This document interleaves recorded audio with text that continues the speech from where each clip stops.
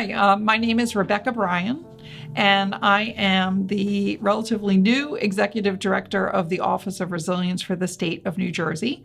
I'm the second person in the role, standing on the shoulders of Dave Ellis, who founded this position in 2020. And I'm really excited and honored to be with you today to educate you on one of my favorite subjects, which is positive childhood experiences.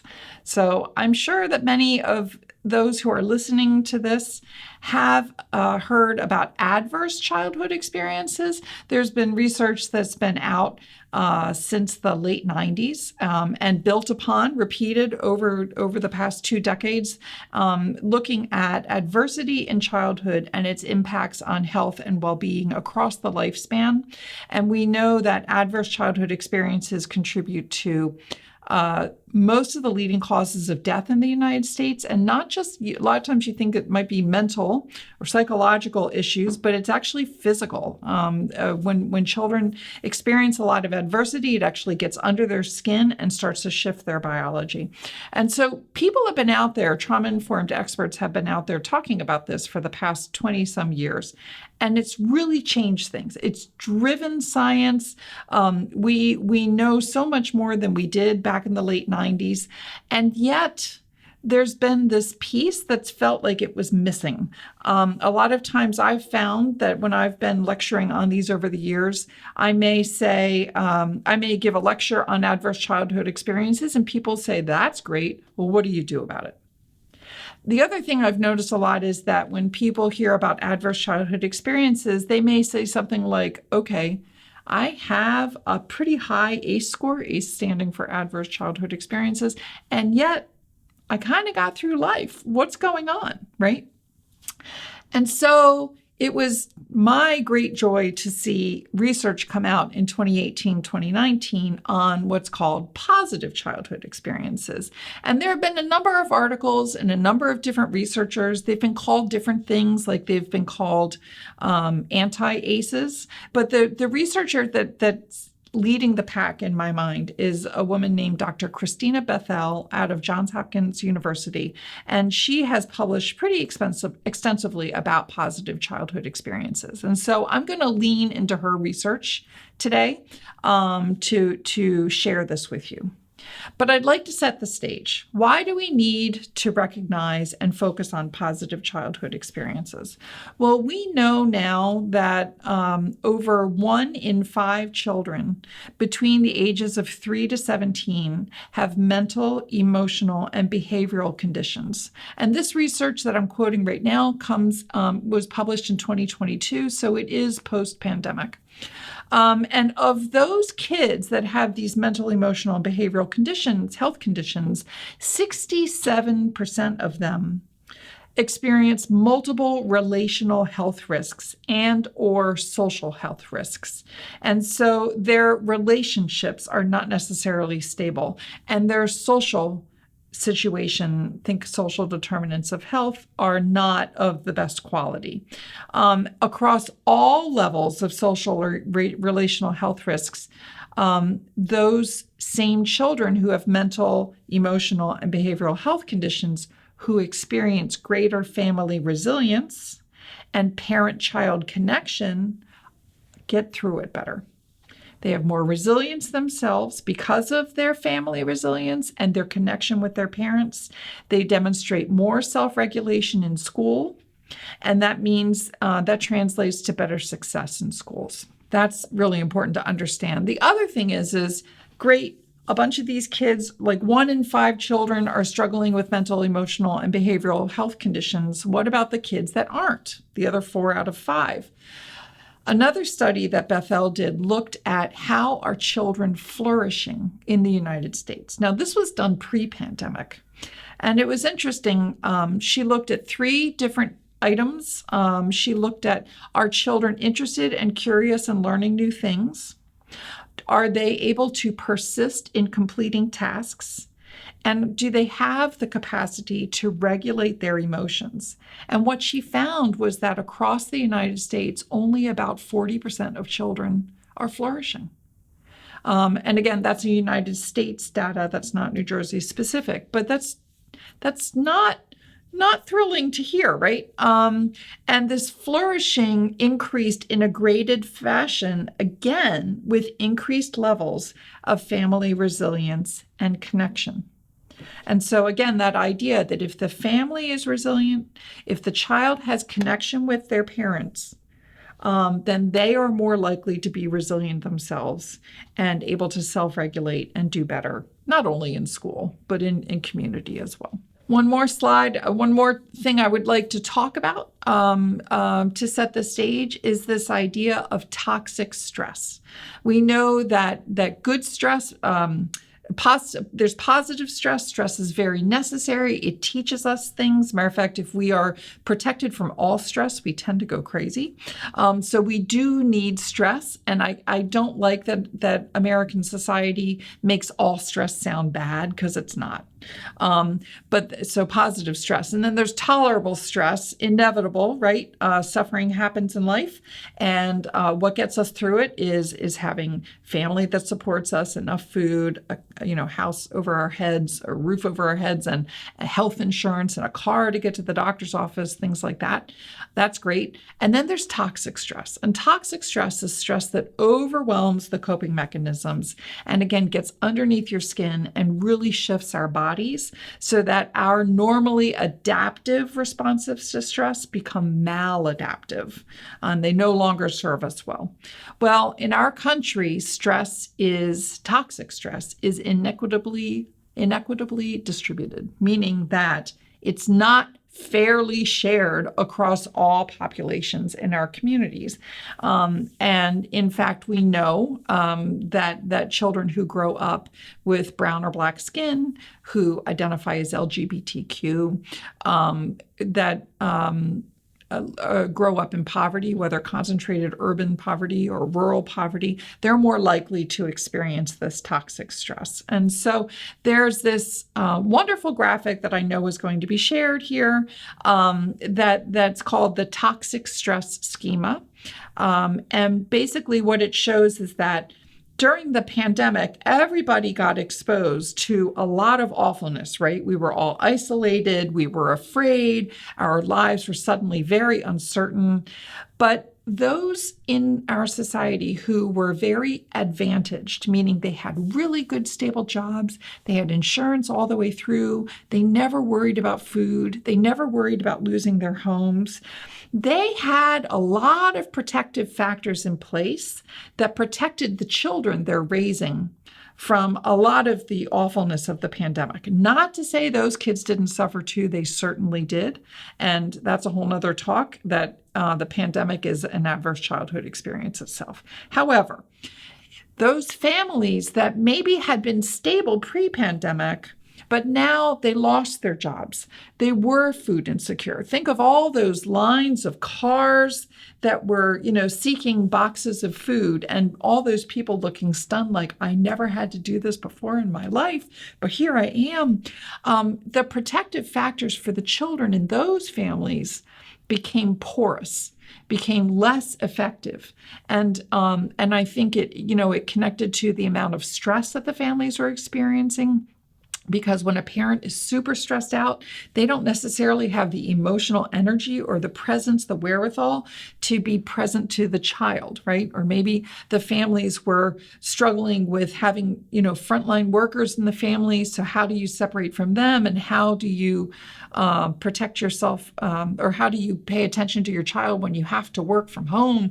And did you have the technology to even work from home and go to school from home? And, just talking about that makes my heartbeat go. So you can see how that toxic stress, based on your degree of advantage, was not fair. It was not distributed evenly across all people of our society.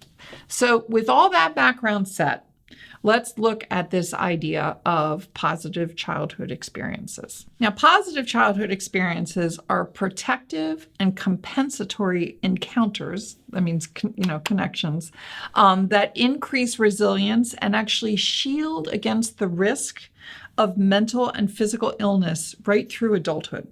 So when children have experiences of positive childhood experiences, they are less likely to experience depression or poor mental health in their adulthood. And research shows that adults reporting high numbers of positive childhood experiences had 72% lower levels of adult depression and or poor mental health, and were 3.5 times more likely to get the social and emotional support they needed as an adult. So when you think about it, these positive childhood experiences build that groundwork, that foundation for the ability to have relationships in adulthood, as well as to have better mental health.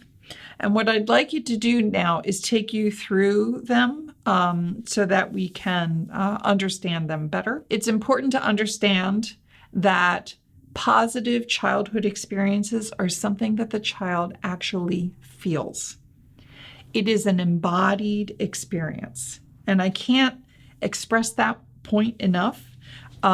Some people hearing positive childhood experiences, I think they probably think, oh, that's just another term for protective factors, right? Because we have seen discussion of protective factors in literature for years, as well as in many different organizations.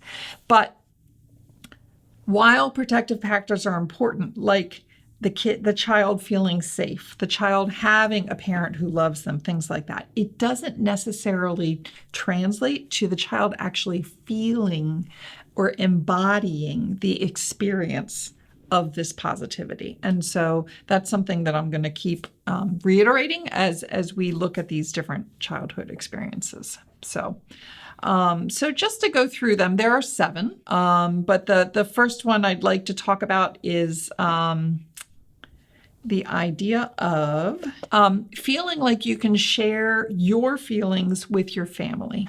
How many of us, I don't know how many of you grew up in the 70s, but the idea of talking about feelings wasn't a thing. Well, it turns out that the way our bodies are wired, 80% of the communication between our brains, our head brains, and our bodies goes up from the body to the survival brain. And it's the survival brain that decides if your thinking brain should even think about it or if you should just react. So our head brains are not the CEOs of our bodies. Our bodies really drive a lot of our responses and our thinking. And it's very important to realize that, because when you embody the idea like, I really feel safe to talk about emotions in my family, that's a thing, versus psychologically go, oh yeah, I have a nice family, I should be able to talk about my feelings, And I think of that particularly in the LGBTQ plus community, because there are many kids who do feel very loved and yet do not feel safe coming out. The next one is having a supportive family during difficult times. And I think that's pretty self-explanatory. The next one's interesting. Enjoying participation in community traditions. So what does that look like? There was really good research that demonstrated that children who are growing up Black in America feel better about themselves, have a more positive childhood if they feel like they're connected to Black tradition. So, whether it's African dance or it's embracing Blackness within the family, but that's a very important thing. And community traditions really refer to whatever that means for you. A feeling of belonging in high school. We all remember what high school was like. Maybe a little better than middle school, maybe not. But that idea that you really feel like you belong, and that you have a sense of community, and that you got your people and maybe clubs that you belong to or sports that you belong to. And then having the support of friends. And again, that's feeling like your friends are there for you, particularly in difficult times, that you can turn to your friends and you'll be heard and affirmed. We have 2 more. One is having at least 2 non-parent adults who genuinely care about you. And that, again, that's that idea that you feel that care. It's not just they may care about you and you may think, yeah, but no, it's actually that you feel cared for. I always imagine coaches or music teachers or someone at church or, an aunt, an uncle. But that connection outside of the immediate family is really important too. And then finally, finally, the idea that you feel actually safe and protected by an adult at home. So not only are you heard, you feel safe. And I often think about safety as not only physical safety, but emotional or psychological safety, and also moral safety, a sense that decisions that are being made feel right to you and align with your values. To me, the excitement of positive childhood experiences is the idea that I think they point a finger to where we need to focus with the services that we're providing, the policies and the practices that are being developed. Because when organizations focus on promoting positive childhood experiences, then they have an amazing tool to counter the inevitability of adverse childhood experiences. I did want to share the positive childhood experiences screening questions for anybody who wanted to take a look at them themselves. And keep in mind that unlike the adverse childhood experiences screen, which is a yes or no question format, this is more of a Likert scale. So like you would go from I never experienced that, or I rarely experienced that, or I sometimes did, or frequently did, or all the time, right? So just keep in mind that if you're asking yourselves these questions, that's how you would answer these questions. So there are 7, and I know that slide will be put up as well. And when you're rating yourself, if you get a 0 to 2, that's considered a low score. If you get 3 to 5, it's an intermediate. And if you have 6 or 7, it's a high score.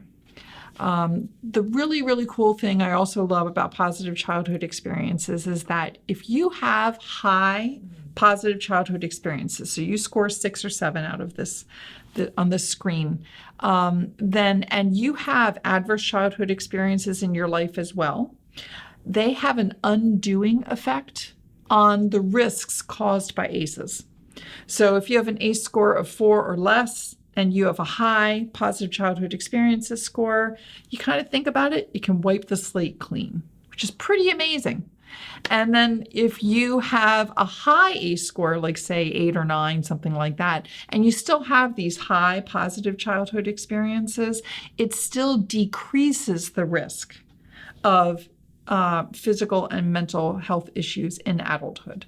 So they have an amazing undoing effect and a mitigating effect on adversity in childhood.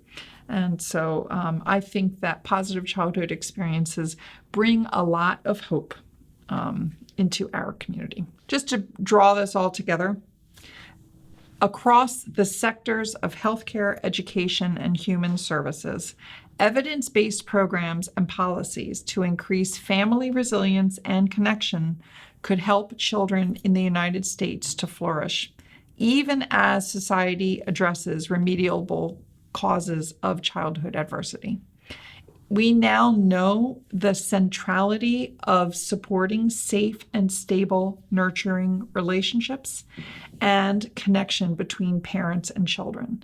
And so we need to drive solutions that empower families to provide that. So in conclusion, thank you for taking the time to listen to this today.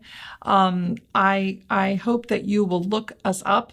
You can Google New Jersey Office of Resilience, and you'll find our webpage. You can also look on PACEsconnection.com, PACEs standing for Positive and Adverse Childhood Experiences. That's a great community to connect to nationwide efforts around this work.